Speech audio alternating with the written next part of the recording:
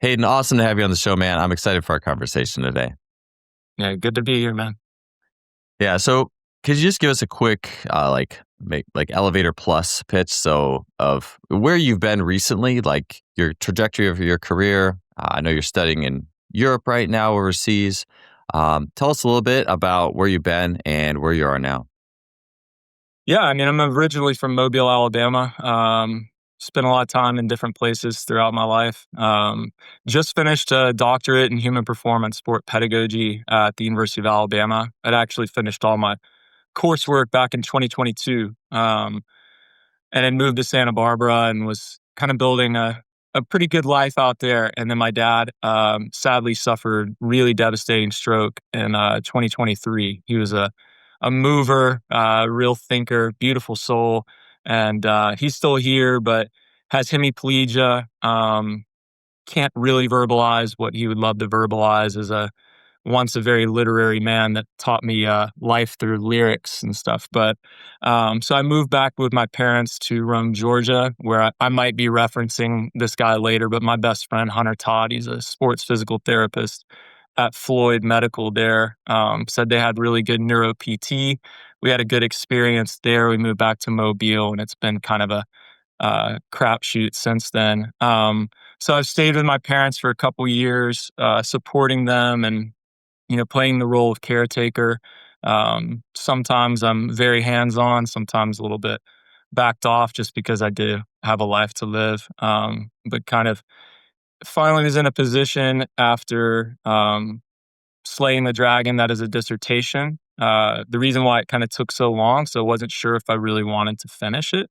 And then things started to hit for me, connect for me, and how I was going to be able to utilize this doctorate to leverage opportunities to truly teach teachers and coach coaches and be a part of something more within a movement ecology. Um, and with that, I kind of felt like I was able to finally leave my parents. I think they're a little more settled now with life, and took the opportunity to come to Marseille, France, where a couple of my friends moved to from Atlanta, staying in a little cabana at their apartment. And we just got back from a road trip to Italy. The aim is to spend 2026 sort of as like a sabbatical, like a spring semester, where I'm able to sort of ramp up research, collaborations, and kind of future projects that I've been sitting on, but needed to finally finish this monster. so, so I've taken the last kind of few weeks to breathe and sort of ideate because it's always an iterative process. So, Yeah, I know just my master's thesis, which was, in the grand scheme of things, a smaller project compared to a dissertation. I think of how monumental that was just to, I mean, for me, I just procrastinated like crazy and then just crammed a lot of work in a very small period of time. And yeah, yeah. Well, I ripped it up about 5 months ago. What I'd previously written, I read it and I hated it, and it was written for my dissertation chair instead of it being my work. So I just completely wiped it out, and I'm glad I did because the committee ended up being quite proud of the work once it was kind of more of mine, if you will.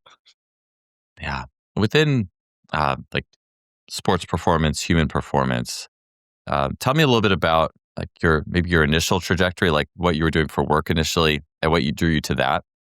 And then just what parts of how you view movement and the process of that leads you to where you are now. Because I think you mentioned literary with your parents and kind of more of that. I mean, I guess the easy word is the artistic side of things, but Yeah. tell me a little bit about or the richer side of life and movement in general. Tell Yeah. me a bit about the trajectory of your actual, like the nuts and bolts of your career, and then what steered you into that, as the life situations and those things. Yeah, as I sit here today at 39, I've worked with industrial athletes and martial arts and special warfare operators, and I was a soccer coach for 20 years and various strength conditioning roles, and coached pretty much every American sport through a sports performance lens, outside of a few like lacrosse and wrestling in some way. Work with some elite cyclists and a lot of gen pop from I know that I've been able to be an instructor in some capacity to 4 to 92-year-olds, people with Parkinson's and MS, and a lot of adaptive abilities, if you will. Um, but yeah, my mom was a teacher. It was always kind of in me. Even when I was 10 years old, it felt like the 4-year-olds would want to like gravitate and like learn something from me if I was like playing some sport. Um, and then I transferred schools, and then Alabama at the time, if you transferred high schools, you had to sit out a year. So I started coaching a middle school girls team with my one of my best friends who was co-captain of my soccer team. He had torn his ACL, and so we took on that, and it was an amazing experience. And so I've been coaching some type of sport or movement since I was 16. Mm. Um, and really, I just haven't stopped. There were some little breaks here and there with college. And I got a degree in secondary education, social sciences, taught in the inner cities in Mobile, Alabama. Uh, if you know anything about Mobile or Birmingham, Alabama, some of the most violent places you can be. Really, really tough spaces. Ta-Nehisi Coates wrote a book to his son that says, when you're born in this way, like you're kind of born into PTSD. And my experiences were pretty gnarly at times. But yeah, you learn to love with your whole soul, man. So a lot of those kids, they don't have that, maybe paternal influence. So you've got to be confidant, father figure, and sometimes it's that dark side of leadership, and sometimes it's holding somebody because they're crying their eyes out, man. And um, I transferred from one high school to another to teach my last 3 years of high school, and coached kids from about 27 different nations or something between JV and varsity soccer, and kept finding like through movement, you can change a life a lot quicker than sitting kids down in a desk and hoping they care about the continental railroad. And Yeah. I would open up my classroom into a forum and teach thematically more to kind of civil rights era, and kind of drift into different themes. But yeah, it's not always falling on deaf ears, but it's a tough task in an environment like that. But movement was truly where you could create family and show someone themselves and things they didn't know about themselves, and discover their blind spots and their unique abilities, man. Yeah. Yeah. For me, I started in almost like it's interesting too. Your mom was a teacher. My mother was a teacher as well. I feel like I didn't at least directly absorb as much on the teaching piece of it. Like I always felt like I was a good like X's and O's instructor of events and track. Just maybe a lot of that too is just my own just drive to learn movement on my own for a long time. But it is interesting to think about coaches and what their parents were like or what their parents' professions were. Yeah, Uh, and then my dad was an engineer though, and he had no desire to ever be a manager. He just wanted to do his thing in engineering. yeah. Uh, so it's interesting to think about, who your parents were and how you got your style and how you see the world from that immediate family. Yeah, Eh, that's a big part of my research is the occupational socialization side. It's that acculturation, your influences, your friends, your family, and the cultures you grew up in, the environment. Um, Intrigued by the book The Best, How Elite Athletes Are Made.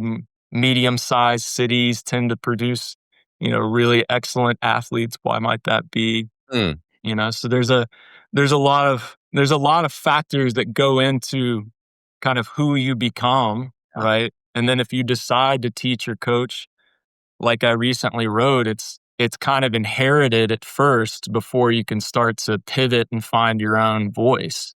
But it takes time. yeah, yeah. That's something I've thought about more and more as I've gone through the years of coaching. Is that when I first started, it was almost exclusively what are the exercises, sets, reps, and drills, and then it moved towards constraints, and the more I took on the ecological Yeah. piece of it. Um, but I didn't really think much at all about what the environment was. And like even mentioned the cities, like now I think so much it's well, what's the environment? And honestly, so much of it is just doing within your environment versus we think about well forcing things out of people or optimizing all the little and yeah, I think that stuff is great. Like it's great to optimize the X's and O's and Yeah. pieces of training, but yeah, just so much that environmental side. Um, and yeah, as I went through, it was like track and field pure outputs, which it's almost on the offset. It made it almost easier just to look at only outputs and not environmental pieces, and not even like more general pieces like strength and conditioning, and then physical education, which is almost the most truly general. Like you said, it's we express ourselves and our lives through movement.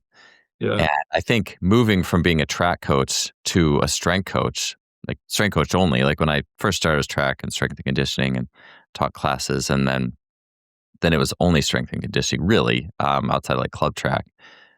And that really started to dial me into much more of the side that went beyond just transference. Because you couldn't there's came a point where you just couldn't do anything that transferred anymore if you're not actually coaching the sport, and you have to really Yeah. start looking at that pure human side. And then and you've trained so many ages too. Since I left Cal about a little over 5 years ago, training a wider variety of age groups has been really, really, really helpful for me. And it is Yeah. interesting how so often in a career, it's like, hey, I mean, a lot of people have different goals, but a very big one is, hey, I want to be a Division 1 strength coach. I want to be a university strength coach, and it's like and a lot of it's like the security in that track. At least the people that were interning at Cal, versus well, real life, like, or there's a lot of experiences like physical education and training Gen Pop and training different ages, and yeah, you've been through a lot, and physical education. I wanted you to talk about that because I've always thinking about how we don't really strength coaches don't come up in physical education anymore, where coaches used to, like Yeah. these 80s, 90s, you took physical education. And um, yeah, it's good to hear you going back to that and doing research there because it means so much. Reading your work there means a lot more to me now than it may have when I was in school, just before I had any coaching experience. Yeah. I mean, I'll say this about the University of Alabama where I was what one thing that they did exceptionally well with their future physical educators sitting in the PE teacher education program was they put them in multiple sort of early field experiences where they had to navigate different types of cultures within Tuscaloosa City and Tuscaloosa County schools. But you have to learn to kind of sink or swim. And sort of the shared technical culture between those professors was that. Like, let's go find out what you're capable of. You're going to find your voice. We're going to teach you teaching styles. We'll teach you effective teaching behaviors. We're going to give you multiple curriculum models to employ, which I think every single sports performance coach should at least be aware of because they talk about trying to create better environments for play and exploration, but they're not even aware of some of these pedagogical strategies and methodologies and curriculum models to kind of draw from. Austin is exceptional at it. I don't know how he found it, but he did. I think, I'm going to hit him up. I want to do a case study on the guy. But he's the most kind of visible representation of a guy that took hard line kind of sports performance, you know, and employed really useful physical education strategies that not only draw out motor learning, but create an opportunity and an environment for just expressing who you are and Right. becoming all of you. And that's what's always fascinated about me about Austin. He's a young guy that's it lights me up to see it because it's everything we hope, kind of human development to be when we sit down and talk about these things in academic settings. Athletic performance is built on a spectrum of training methods, from high velocity skills to power training to strength work. And on one end of that spectrum, on that strength end, you have the most targeted work in the form of machines. And this is part of the reason that so many top speed and strength coaches have their favorite machines to deliver that targeted stimulus. For decades, Hammer Strength has been a top provider of reliable, effective machines that are trusted by coaches and athletes worldwide. They fit seamlessly into that total performance program, delivering that targeted strength stimulus. When it comes to your machine-based strength training needs, think Hammer Strength. Yeah, Austin Yoakum, right? I'm assuming. Yeah. Yeah. Yeah. Similar. Yeah, it's interesting, because he references his own. He shows himself coaching when he's 22 or whatever, doing all the traditional drills and everything looks like traditional Yeah. conditioning. And then it's interesting to think too, like, what does it take for the field to really see that? And I look at my own journey. It took me a long time, but I think a lot of it was well, I mean, there was always that play piece for sure. Yeah. It was always, hey, let's play a game on Wednesdays. But even the Soviets were doing that stuff. That wasn't new. Yeah. So Well, I mean, they call it in occupational socialization research, people will come in with like strong coaching orientations. This is from a teacher education perspective, but you can laterally think your way to any movement practitioner context. Um, but they'll often come from these sporting cultures that are going to reward like control and compliance and authority. It's not their fault they grew up in that. That's just what it is, man. I yeah, grew up in Alabama. I'm from Mobile, like per capita, some of the most NFL athletes in the country, right? I mean, two were walking around my high school when I was teaching there. I see them in the gym now. Bad dudes, man. you know? Um, and so that kind of football mentality sort of bleeds itself into kind of the school setting, like how people kind of like go about their lives in general. And then, so not everything has to be like this tightly controlled sort of ship, where there is a central authority figure, where Nick Saban is the CEO. That fits in certain models. I'm not killing that off. There has to be this kind of neoliberal sort of competitive capitalist thing. You can't just wish and hope it away. Um, but then you tend to, should you decide to grow and learn within different contexts where you determine, hey man, maybe I shouldn't be the CEO, I shouldn't be general in front of the troops. You start to develop more like moderate to, really big like teaching orientations where you take away the command. You stop begging for repetition to be perfect and you allow things to become messier in due time. But that's scary as hell for a young teacher. yeah, And that's scary as hell for a lot of men that have been or women that have been in the game for a long time because they've never tried anything else. yeah. It makes me think about, every time there's a buildup of some construct, there's always going to be a release valve and a swing the other way. And Yeah. maybe part of it is just because American football has dominated so much of at least, and I'm sure there's a lot of mirrors in physical education too, but like sports performance, it's like, okay, this is war, do your job. And then even talking about like, I saw a post, and I'm not a football expert by any means, but they're talking about, the post was talking about how American football has been so structured by the coaches, the players have even less like free kind of movement and reign. Yeah. Other sports like basketball, it's almost they have more. Although I watch like the NBA now compared to like some of these beautiful like offensive masteries like Popovich and you know, Yeah. Phil Jackson and the triangle offense and stuff and the 3-point and the data like shooting more threes kind of boring. But I think Yeah. what is interesting is that it's like the control, the chess element of football, like where players are in some level, it's like here's the play, do this. There's less freedom, and so that just resonates through everything.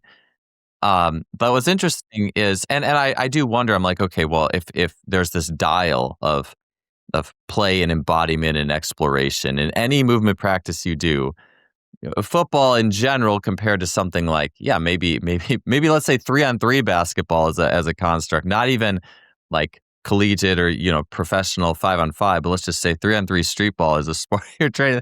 There's so much on the other side of that that's just like free play and expression and more stuff that's embodied and having fun.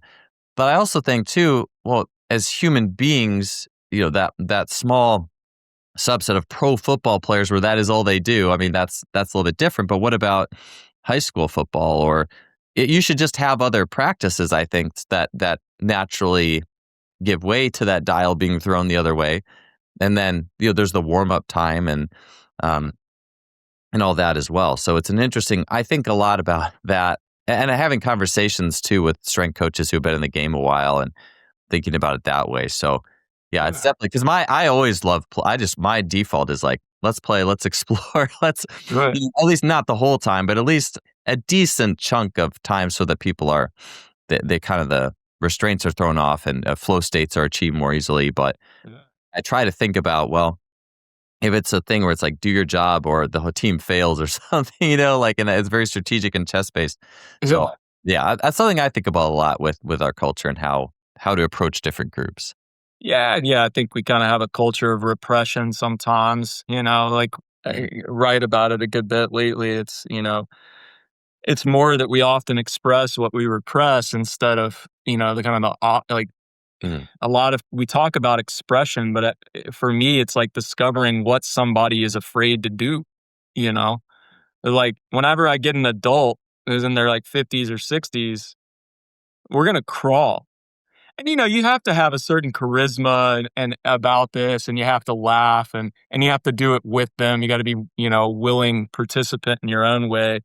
Um, but once they do that, man, it lights them up. And one of my greatest mistakes, I think, especially at my second high school where I was coaching, back in 2013, was I had a lot of African refugees Mm. and I had obviously black kids from the South, and I had a mixture of like other kids, and I tried to control the warm up so tightly.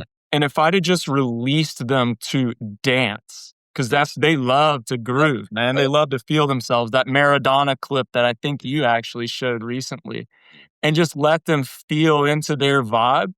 First of all, it would have scared the hell out of the other team, but it would have gotten them into a position of real readiness, and their nervous system would have been lit up instead of me exhausting them because we needed that perfect, you know, small-sided rondo warm-up that everybody else is doing. It's like I was trying to impress the opposing coach with our elaborate warm-up. And Yeah. that was a failure on my part. I had to acknowledge that. Yeah. Even with soccer, it is interesting that like the art of meeting athletes where they're at, both culturally and then even like physical readiness, of course. Like my Yeah. mistake I made with my recent U7, basically 7-year-old soccer team was just doing a little bit too much of Rondo, monkey in the middle, basically glorified monkey, Right. with the coach walking around encouraging passing. And I was like, "Oh yeah, I'm gamifying passing. This is great." And then, but I just realized I was like, "These kids are still a year away from actually using this." And then at the league, I coach out if you can bring like a certified trainer in to work with your age group, and it's an ego hit to a lot of coaches because it's like, "Oh, I'm going to bring someone in to coach my group." But I was like, I need to do this. A lot of times, I even think, even with working with kids, I'm like, "Oh, yeah, I'll just watch videos on play based stuff." But there's still a little bit of a disconnect. Honestly, like I still am missing.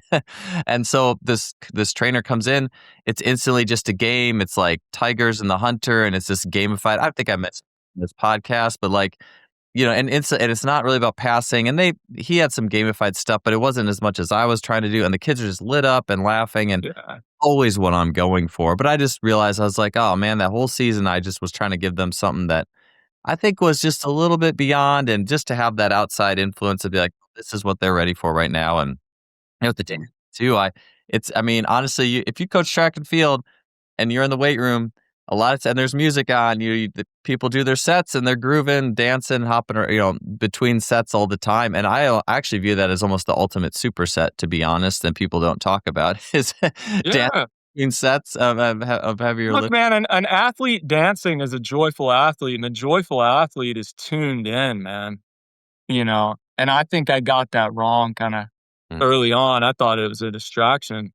rarely is it a distraction. You know it when you see it, when it's kind of becomes a problem, and you can kind of rein them in. Just give them a little wink, or Oh yeah. sometimes it's the human touch, just a little pop on the Mm. shoulder, like let's get it together. But yeah, man, I don't think there's too many things that offer more value than getting into rhythm. Throughout a session, before a session, after a session, you got to feel into your body like that, man. And I come from Mardi Gras culture. Mhm. Mobile's the home of Mardi Gras, not just New Orleans. And I grew up at 3 years old watching those bands, and shaking my hips, and that's just a part of who I am. You know, that's not some sort of like need to be seen. It just is. And that's a part of who kind of all of us are down there. So it's no surprise that we kind of produce some amazing athleticism down there. Yeah, it's that environment that you can't really replace, and Uh, it is interesting the art of, like you mentioned, getting someone to feel safe or okay with something like crawling. I really like watching, Tim Anderson in Original Strength, and not just his creativity, but even his mannerisms, like, he speaks so, like, slowly and you can do no wrong, and he makes you feel really good about whatever it is you're doing. And I think that's something I've come to appreciate more over time. yeah, Like you mentioned, and once you actually do start crawling and rolling, it's like, "Oh, this does feel really good." And it's also a place where it's easier, like, even rolling, if you like, if you're someone who doesn't have a lot of physical capabilities for running and sprinting and jumping, it's a place you can get a lot of movement options and variability and feel your body working in a much more sensory rich way. And just to get to encourage, yeah, the different ways to encourage people to branch out. I find it interesting how coaches are able to do that, and them using their own unique personalities to do so. yeah. I was just a quick story. I was at the University of Alabama in 2021, still teaching as a grad assistant, and kids were still in masks. It was post COVID era, and I rely on like these nonverbals, like the haptics, and you're just kind of looking for their eyebrows to see if Yeah, they're yeah. there, right? And and then we get released, boom, masks off, and the kids didn't know how to talk. Here at the University of Alabama, man, there's a lot of beautiful people there. It's like whenever I was an undergrad there, you could fall in love like 37 times a day, man. All you had to do is smile. But they weren't talking to each other. And I said, we have a third floor gymnasium. We were on the second floor. So we had a third floor gym in the kinesiology building. I was like, look, we're just gonna get weird. It's like, let's go. So we went up there and I was like, all right, we're crawling. Not only are we crawling, we're making animal noises. And I made them like roar, and we had to howl at the moon. And they're like, what is this man doing? But it broke them in such a way that it opened us all up. And there's so much laughter because all it takes is the first person to go, you know what? Fuck it. Like, Yeah. oh, right. And then they all start kind of getting into it. And there's just so much of that joy and laughter. And it created such a quality learning environment. And I started utilizing like improv and stuff after that, where we would role play, some really difficult things that kind of come up in the health of a human being, because I was teaching an ecological approach to health and fitness. And it was special, man. So you don't know what's going to happen. It's just, typically if you set up an environment for play and to kind of take the guardrails off, people will surprise you, you know? Yeah. Yeah, it is just that first person so often too. And Yeah. what an environment just to break through feeling like you have to do something. Like, yeah, the idea of, we all have a mask, or you talked about even masks and COVID, but like the general idea of a mask, and you have to be Yeah. in person and do this thing. And those situations where that actually can come off and you can start to feel a bit more freedom. Yeah. And yeah, even outside of a gym class, I even think there's probably utility there for team dynamics and things like that. And I've even mentioned, I mean, this is just pure performance, and it's almost a grandiose variation when, like, my coach is like, my high school basketball coach is like, "Hey, you can be the best player on the other team or something." And then I had like the best practice ever. But I'm like, how does that feed into like pride? And like, what about the other pieces of the equation? Like all my fears and stuff like that. And Yeah. that I just think that, yeah, any practice movement. it always can be so much more. And I do think that you mentioned even the improv layer and like layers of vulnerability and things like that. I mean, that's not even on the radar for where we get to in a movement and coaching session. But I think Yeah. it seems like physical education is almost a root of really being able to play and explore there. And maybe the question is how can, like, if I'm a sport coach or sports performance, how can I start to look at my session in light of those things? Like, Division 1 football coach probably to do something like that practice might not be appropriate in that place. But what could they take from that? Like what? Right. Well, Yeah. I mean, if they even if it's, it's like watch CJ Stroud warm up, like he's playing different sports in his warm up. Mm, You can kind of stay within what you feel is sort of comfortable, but I mean, it's every single one of the players. I started a soccer team in the inner cities. Like this is a rough environment. These kids had never played before, and they just played for me because I was their weight room coach. And, I'd get in the gym after school, get after it, and I had this desire to like obviously have a space for them after school. So if they weren't going to play, baseball or basketball, and some of them still played baseball and basketball and played soccer for me. Um, I just wanted them to have some outlet, right? And every single one of them, because they were all multi-sport athletes, so they ran track, and we had a great track team there. Credit soccer with making them better at their sport, right? I mean, never had they dealt with foot-eye coordination and that kind of free-flowing invasion game. Because football is unique in a sense that it is an invasion sport where I'm trying to take over your territory, yeah. but it's structured. Unfortunately, soccer and like you said, basketball has become so statistics driven that we don't see like Denilson, who some people listening remember this Brazilian player that would do all of these crazy step overs. We don't see that as much anymore. Now we would tell a guy like Danielson that you've gotten into the corner, you got to pass back out, and we're going to build back up play instead of playing for the joy of the game, that yoga bonita.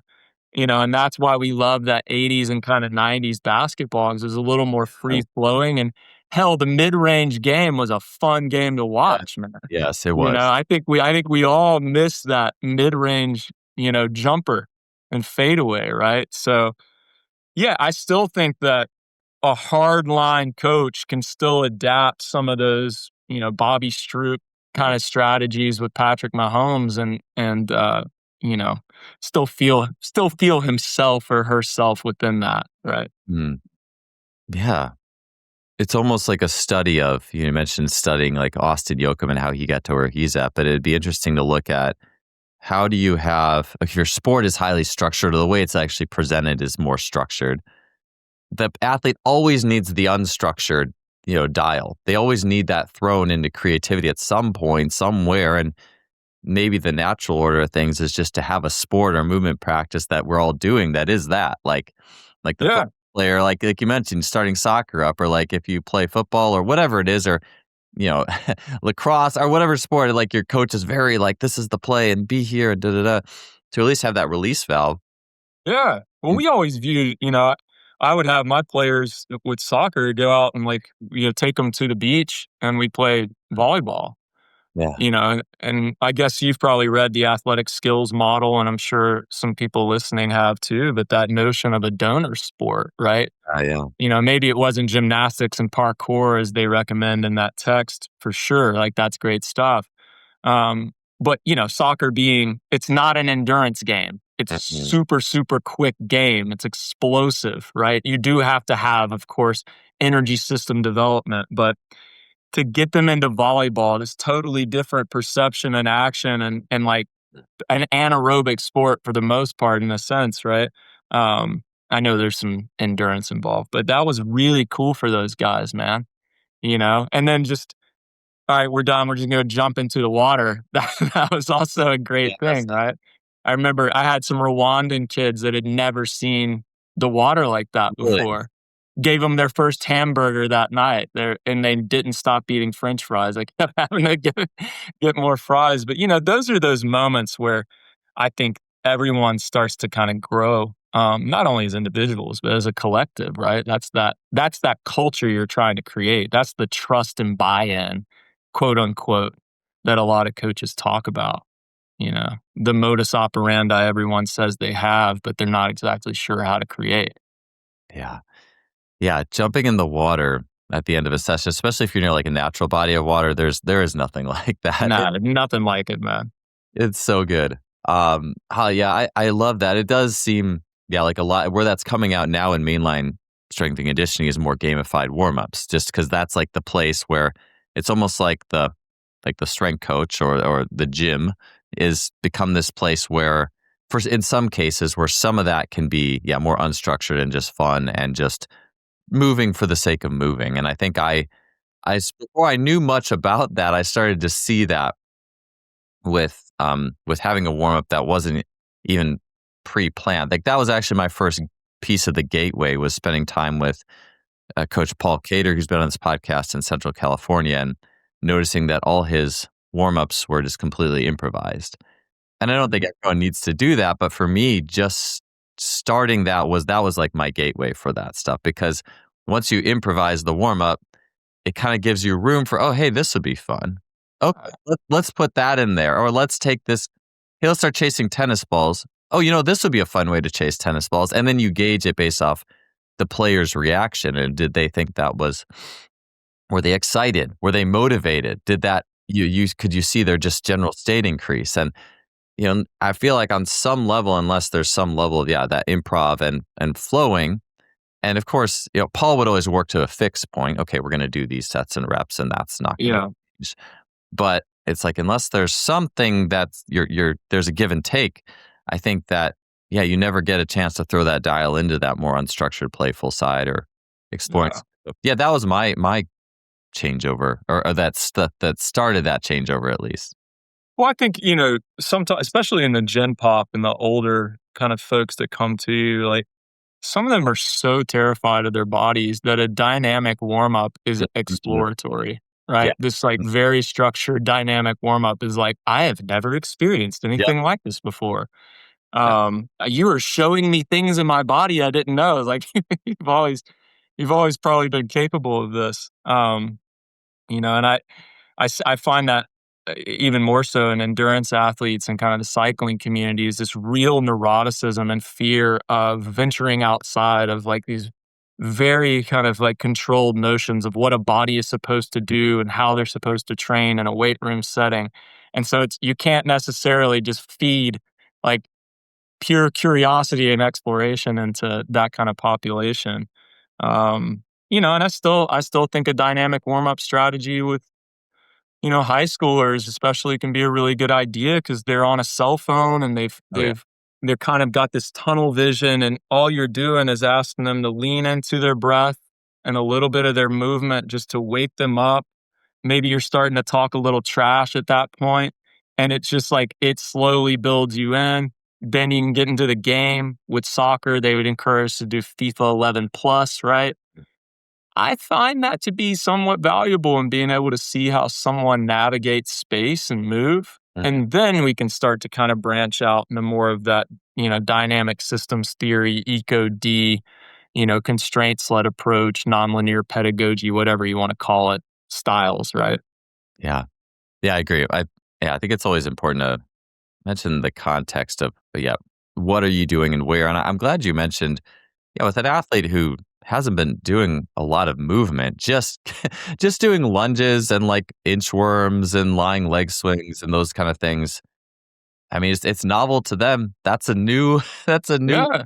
to Well, them. I mean, if you know anything about kind of even like sometimes I've worked with like hockey guys, like sometimes their ankle structure, and cyclists, like their feet aren't there. Their swimmers, their feet aren't there.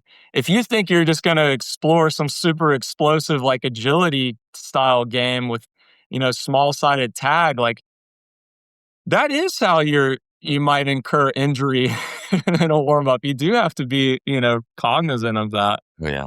Yeah. Yeah. With larger groups too, I think it changes. I mean, Yeah. I tend to with if it's a small group, like if it's a early season high jump practice for high school and I only have like 3 athletes there, I can improvise anything and see pretty well how everybody moves because there's only 3 people. But if Yeah. it's like 30 people, if I start to improv, there's a lot more mass chaos and than you might want. I have done that. I did it with a group of a high school football team teaching Olympic lifts, where I improvised. It was definitely sticking with the Olympic lifts, but it was kind of a, oh hey, it would be I forget even the measures, but I think I was using tuck jumps to teach like recovery under the bar. I was thinking, oh, this would be a good idea. And it was just the bar, so it did work, but there was a lot more chaos. I don't think a lot of people would love that level of chaos. I think only my brain tends to like it probably to a fault, but I definitely think the larger the group, yeah, like Yeah. to see people's movement, to check in with their movement, there's to have a level of standardization. I absolutely see the value of that, and yeah, with art, Yeah. I changed my mentality too. Typically, does change. Yeah, Um, I think that's probably some of the fault of like the messaging sometimes in social media. It's like when we talk about exploration and some of the people in the constraints led circles like to start naming all of these complex vocabulary words, people are like they kind of drift away really quickly. And it doesn't mean structure it doesn't live. It's not just this looseness. And I wrote about it today. Like I think one of the most important words that you learn as a coach and embody is restraint. mm, It's learning when to back off and sit back and let like as I wrote, like let it be. And I learned that from great soccer coaches, mm, that I was on a staff with. Zach Crawford, who's now at Colorado Rapids, he's really responsible for US soccer curriculum and in the youth world. He worked for US soccer for years. And then a couple other guys. One was a professor of soccer at Southampton. Another one runs one of the biggest clubs in California. Another one was a professor of mine. And they did such a good job with just overall human development through sport mm, and kind of like setting very structured environments and tasks, and changing constraints to draw out, playing from wide areas or, going through the midfield or just introducing fitness as it was. Um, and asking great questions of the players' feet and of their minds, right? And I learned that, and they practice a tremendous amount of restraint.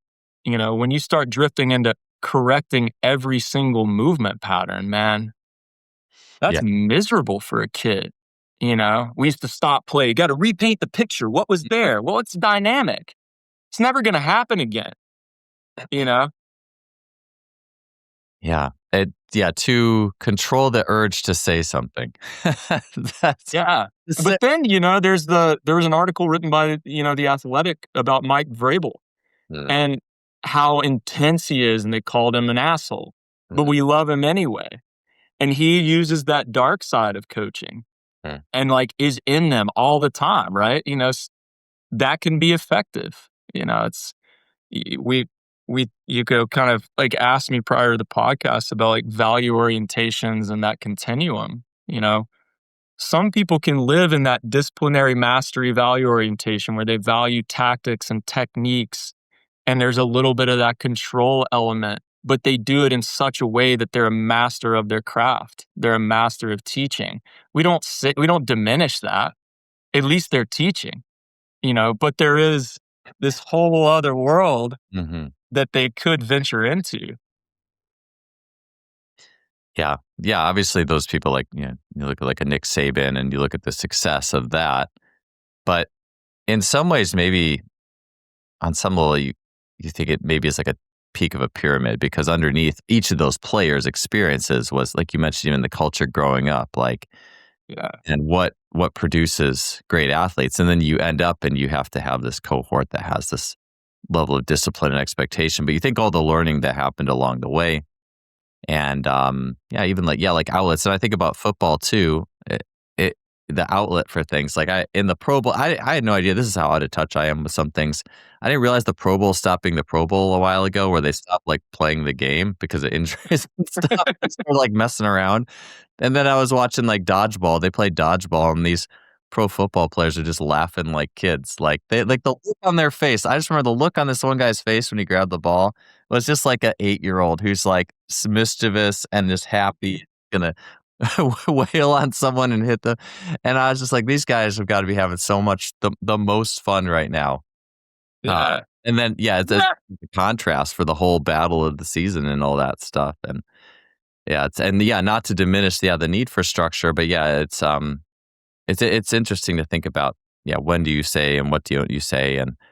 And yeah, I think the default mode for most coaches is for that dial to be thrown all the way open, just correct everybody.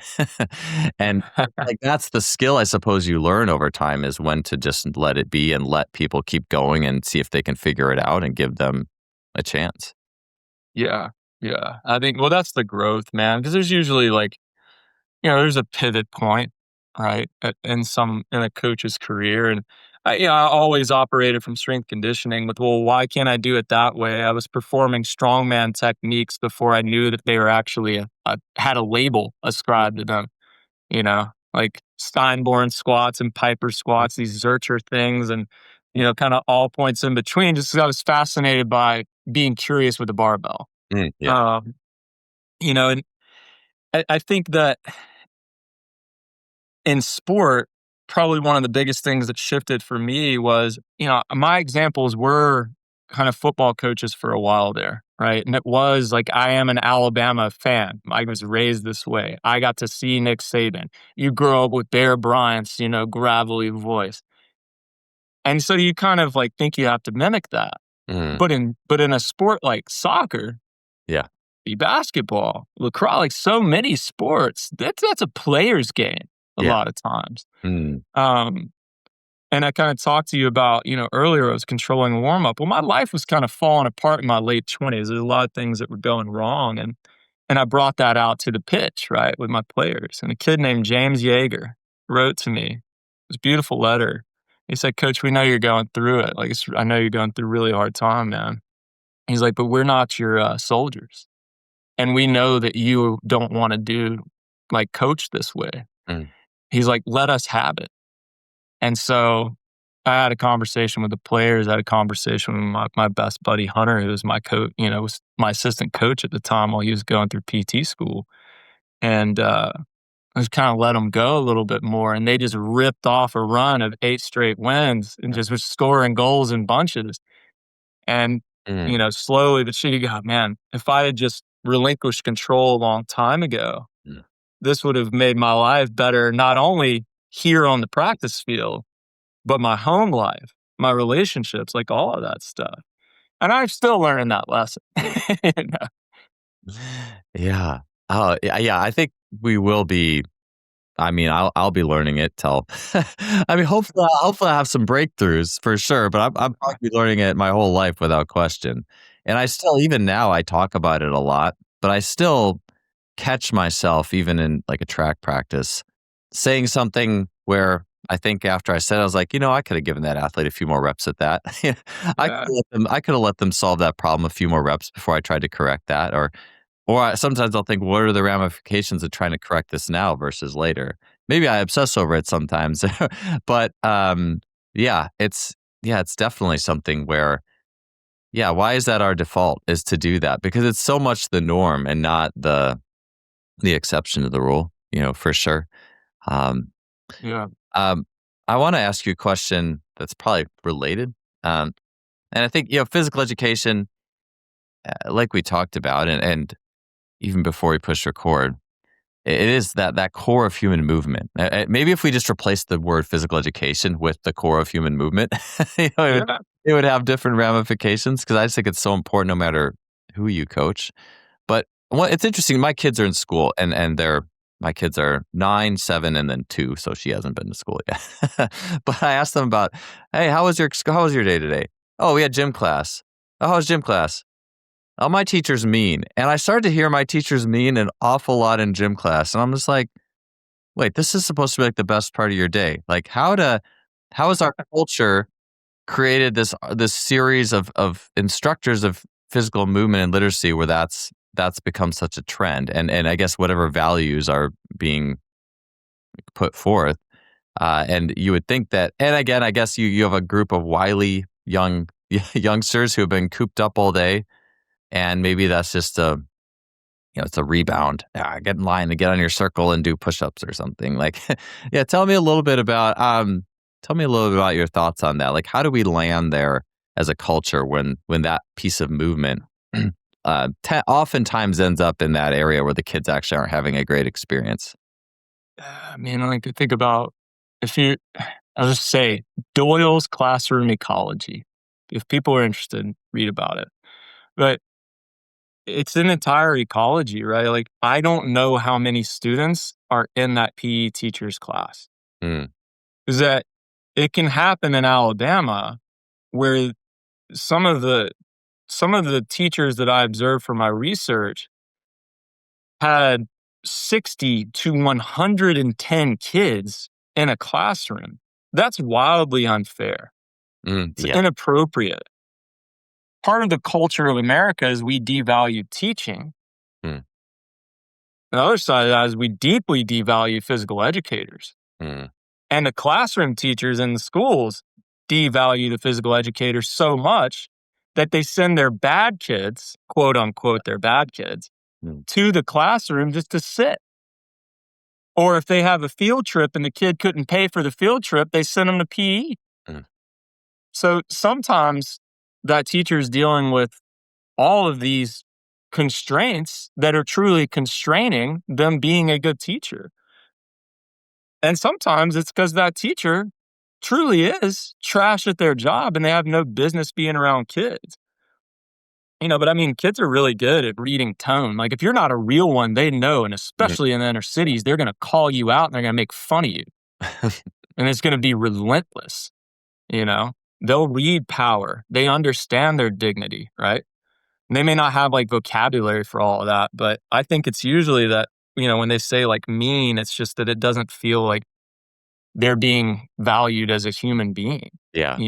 and that may have been learned through their, like we talked about, I think my next line of research is we don't have a very good understanding of movement practitioners' occupational socialization or their value systems. Mm, No one's talking about it.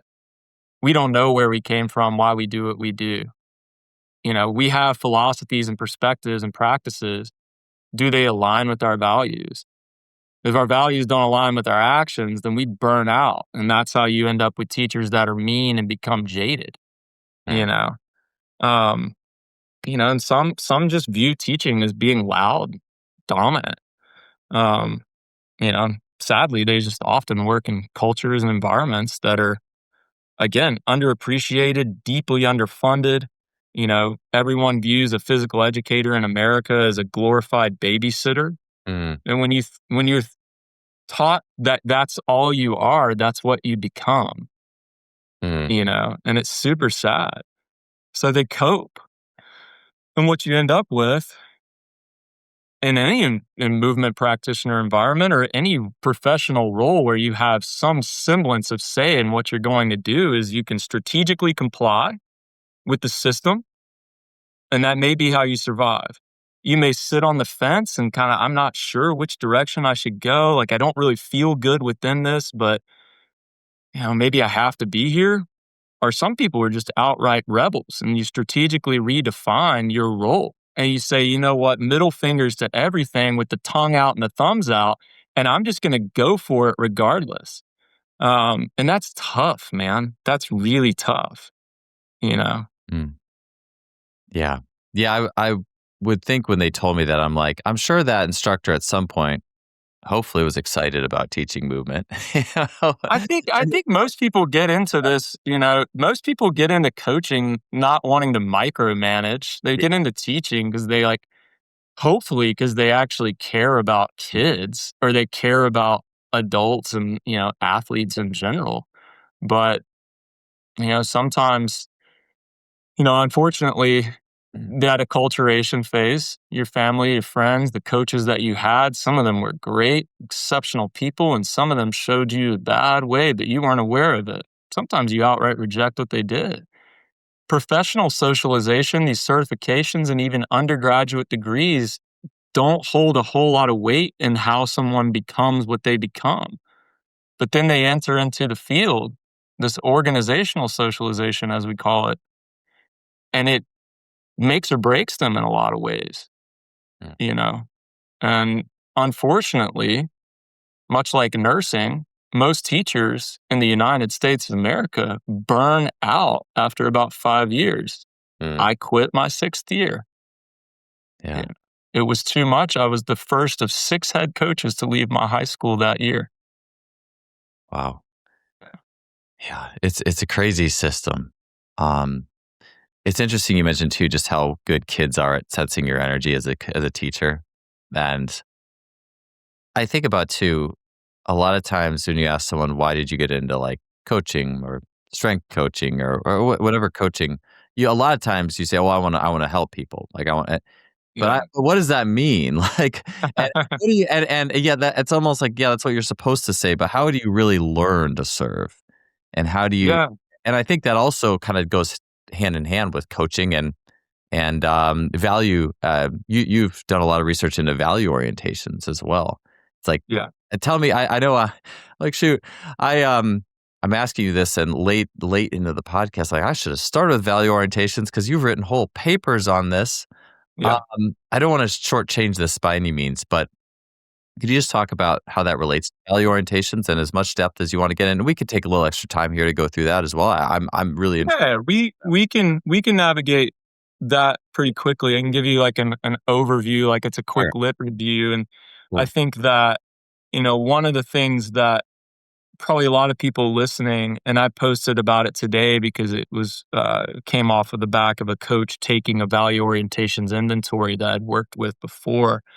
And he was asking deeply about self-actualization because that whenever I go through this, that's often ones that at least American movement practitioners will speak to Mm, because we do value individualization and self agency and that ability to kind of like find yourself and become exactly who you need to be. So we can kind of talk about that a little more deeply. But back in the early 90s, Ennis and Chen and Jewett and Bain and my professor, Dr. Kirtner Smith, really built this research, my dissertation chair, um, came up with value orientations. Now, there's another value orientations theory that I'm building within an ecology that came from cultural anthropology, but we don't have time for that. Disciplinary mastery is what most people listening kind of recognize, where you're going to deeply value technique, skill, tactics, precision, outputs. mm, There's nothing wrong with that. Again, I want to make it clear. As long as you're teaching, hell yes, good. mm. The thing that we see in physical education when we get jaded is they used to call them newspaper readers. Now they're cell phone readers, or they roll a ball out and they go, good luck, you know? But that's typically like the lifeblood of sport and strength culture is this mastery stuff. And it matters because I'm not anti-mastery at all, because you can't perform without a desire to become excellent at a craft. But when it's all you value, that's whenever control, like I got to control everything. That's that tightly wound, super anxious coach that's breathing so heavy.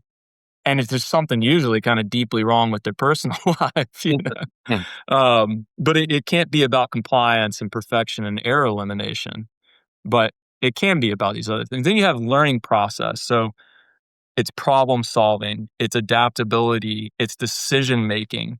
You're going to, a lot of people recognize that, right? That's somewhat that constraints led approach where I'm going to design environments that are going to force the athlete to think, to adjust, to figure things out on their own. We see this in small sided gameplay. Again, the constraints based work. But, you know, this is typically about coaches that they may still kind of desire a little more obedience in a sense. Not always. And then you have people that say they value self-actualization, especially early on in their careers. I want to help people. yeah, I yeah, got to help them find themselves. Well, again, like I exist, I think my role, after finishing this and having that leverage is to introduce more of these pedagogical strategies that only PE teachers are privy to. Mm. I mean, what the hell are we doing with just exercise science? I don't Yeah. think most coaches need to know about blood flow restriction. That's cool stuff, but that's 1% of the 1% Yeah. sometimes, right?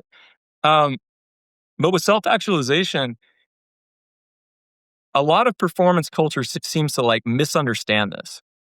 We're talking about confidence, autonomy, self-knowledge, identity. We also know that self-esteem doesn't naturally actually create a better human being even. Sometimes you can have false sense of self-esteem and you're a grandiose narcissist.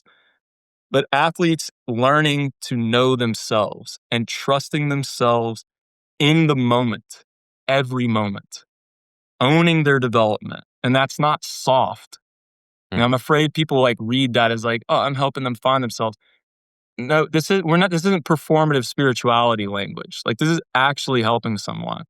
Now, I'm not going to be able to go into all the ways and the styles and the models to do that. But it allows people to perform when they might be collapsing under pressure, right? And they came up with this other stuff called social reconstruction, but it doesn't exist in the research, so I'll kill that off. But social responsibility is you're trying to value, or you're saying that you value, and you hope to instill this sense of community, leaders and followers. And it's important that leaders become followers and followers practice leadership, belonging, shared standards or a culture, right? And that's where we kind of like try to create these team cultures. And then kind of lastly is ecological integration. So you may just use sport for development, right? Like you see this in like sport for development institutions, these NGOs, where I'm using a sport or just movement in general to help create a better human being, like a global citizen. Um, and you see how like movement fits into a life. You're encouraging the most like ridiculous buzzword right now is longevity. Mhm. Like, no, we're thinking about lifelong practice of human movement. Good luck having one movement strategy that leads to your longevity. But yeah, they value meaning, they value culture, and they value all their health. And, it's not just like what they can do with their bodies, but like what is the movement practice doing to you as a human being? Um, and so that's the value orientation sort of theoretical framework. Mm. Yeah, the self-actualization, like you mentioned, exercise science as a major. I don't really reference a whole lot I learned in that time. And I remember asking one of my professors after I was all done, basically, why do we learn so much about the Krebs cycle? That kind of, you know, Yeah, the CSCS, man, like, everybody's like, "Krebs cycle." You're like, yes. when does that happen?" Every day in my practice, I rehash it before I get out there just to make sure. Yeah, every time I write a program, like, ATP. Yep, that's Yeah, it's the top. That's that's the top of the pyramid. yeah, one of my teachers had some bank, like, illustration. It was like, the bank takes this ATP, and I'm just sitting here like, I'm already ADD, man, and I already Yeah, lost man. I'm oh, man, it was so hard. I Yeah, and that's not to straight up, like, dismiss yeah, exercise science as a rising science. It's still so young, and yeah, probably a lot of research we had prior to that might have been a little bit, I guess, overshadowed by some steroid use. But yeah, I deeply value the peers that were in my kind of like department with me that are doing that work. Um, I think we have to learn from each other. There should be more of a cross disciplinary sort of approach. And as I said to you prior to hopping on the call, was I'm really shocked that there's not enough universities that are offering coaching as at least a minor. mm, 'Cause there's a lot of people that wanna be mothers and fathers and coach their team someday. yeah, You could be a business major, go get a coaching minor, and that's gonna if you learn pedagogical strategies born from PE, and effective teaching behaviors, it's only gonna enhance your ability to do your job, mm, you know? I'll always contend everyone should learn how to teach before they go do much anything, but Um, yeah, we don't really offer that. Ohio University does, you know. Um, but yeah, as it relates to self-actualization,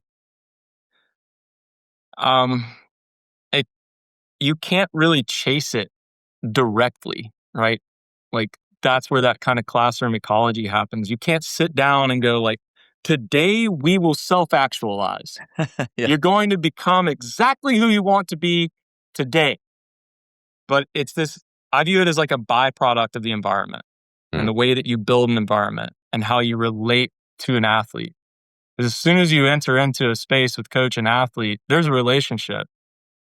Regardless if some people would rather dismiss that and say, the way I communicate and what I do and how I, go about my job doesn't really matter as long as we practice the perfect thing every single day. mm, But, coaching towards this mastery and like ownership, it kind of tends to fall short because the athlete doesn't necessarily feel like their work belongs to them. And we don't want it to just belong to the coach. And when that happens, they start to change. And so they'll start to pay attention differently and they'll take responsibility for themselves very differently and for each other if they're on a team. I think that's partially what's missing from our culture. Me and my teammates would fight and we'd get into it with each other and then we'd love each other at the end, but you don't see that as much anymore. It's not as encouraged. So the athlete may stop performing for just this approval, right? Those who are personal trainers may be listening to this.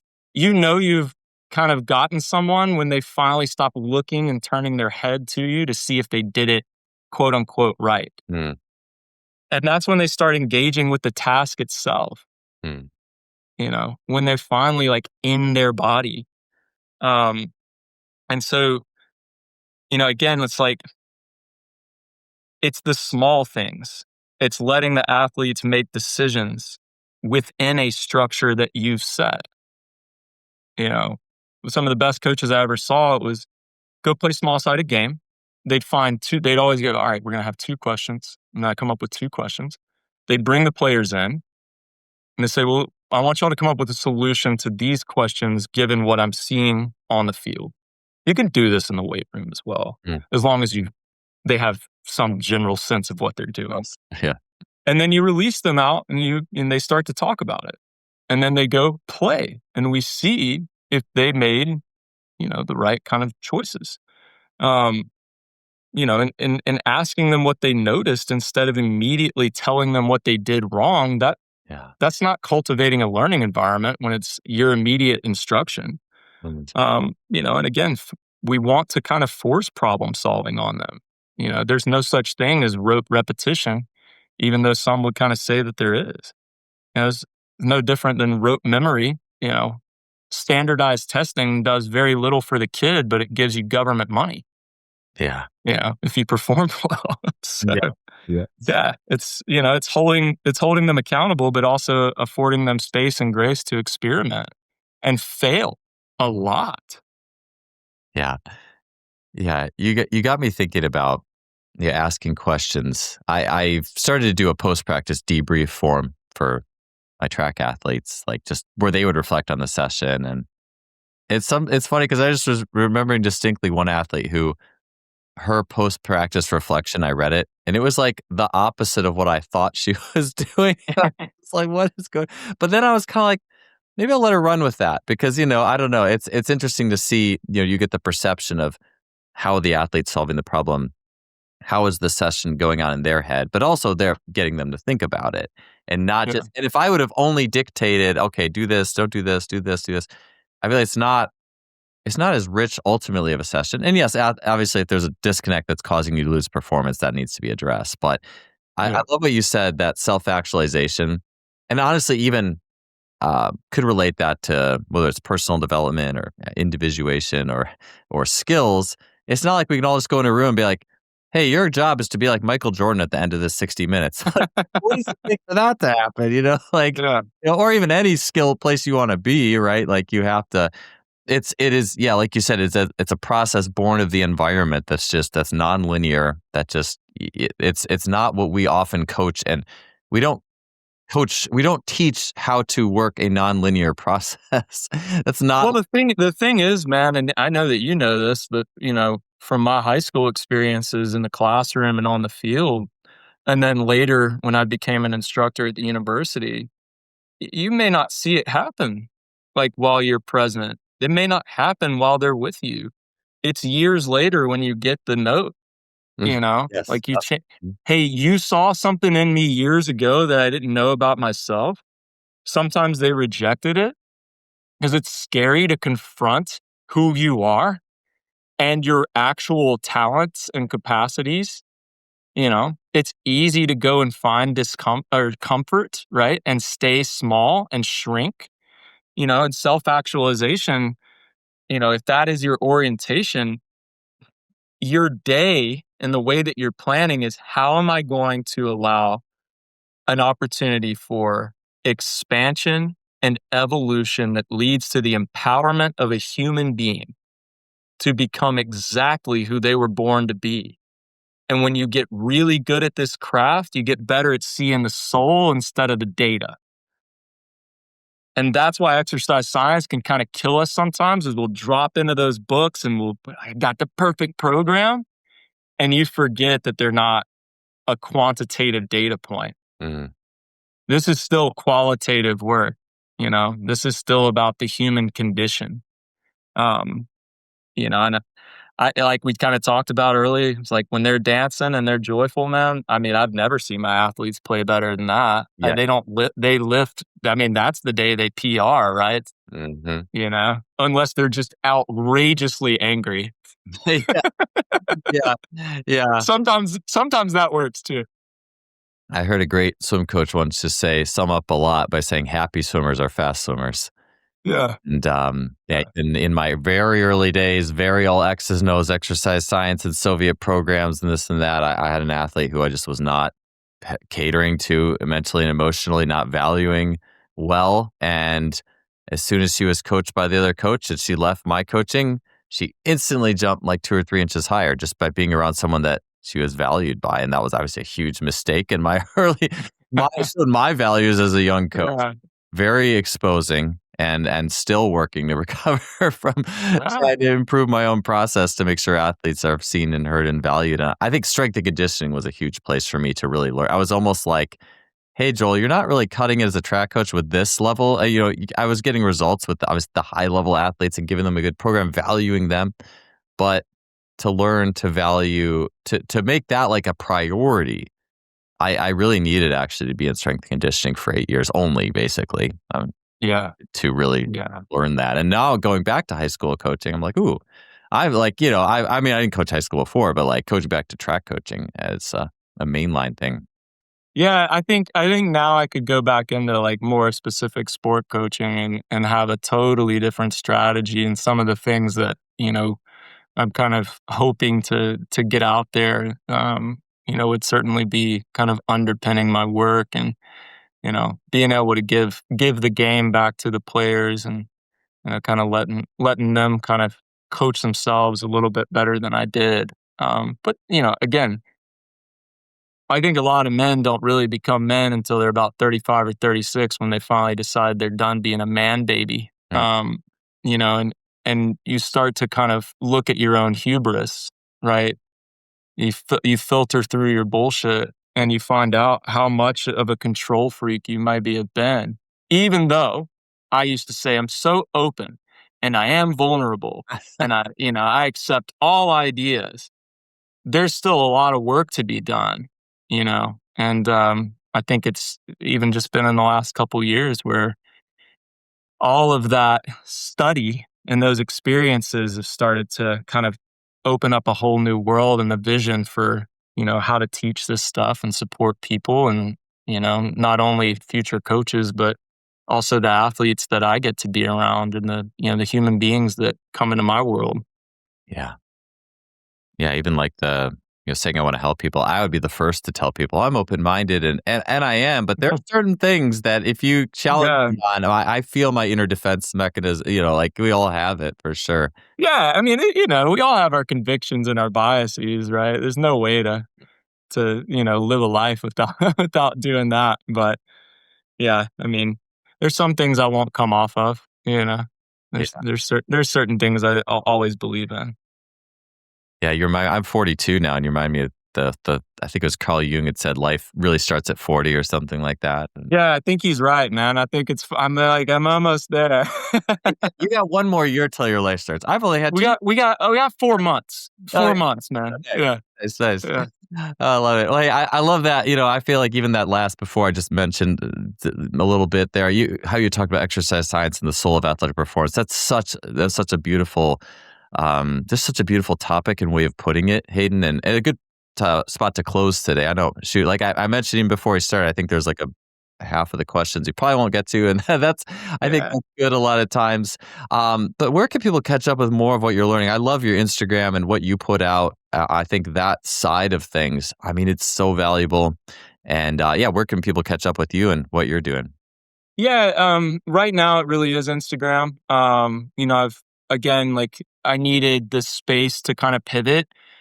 In some ways, I'm killing my darlings in a way, with a little bit of the way I was doing the online kind of coaching business and sort of what I want to be able to do with one to one, athlete development, or just human development, and then kind of the one to one coaching part of it, right? You know, being a teacher's teacher. And I know that that sounds cringy to some, but I value it. And yeah, 2026, I'll launch into some research. I'll go to Italy and go into Croatia, and then I'll be in Canada with 3 different practitioners. Um, and with that, I'll be teaching, learning, collaborating, and continuing to grow, not only my research, but my practice and kind of iterative ideations that hopefully become workshops and cohorts as well. Um, but yeah, December was very intentional for me. I did the defense in November and wanted to make sure that I spent enough time, finally letting myself go, and kind of just existing in a space for a little bit, which is hard for me because I don't really turn off. I was recently diagnosed with ADHD, and all of my friends are surprisingly not shocked at all. I think we have a connection there. So I say that to say it's like follow me on Instagram. I've been defiant about not being a dopamine drip on there. I write essays in carousels, and I've been grateful to the people that actually sit with them long enough and write back to me, because I deeply value a community of practice. We all have something to offer each other, and yeah, I've kind of gotten tired of the negativity surrounding human movement. It's movement, man. It's a beautiful game to play, and if you play it long enough, you realize it's infinite.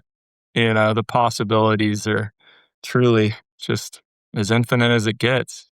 Yeah. Yeah, The infinite game. yeah, Awesome. Well, Hayden, thank you so much for joining me on the show today. It was wonderful yeah, talking. brother. It's awesome.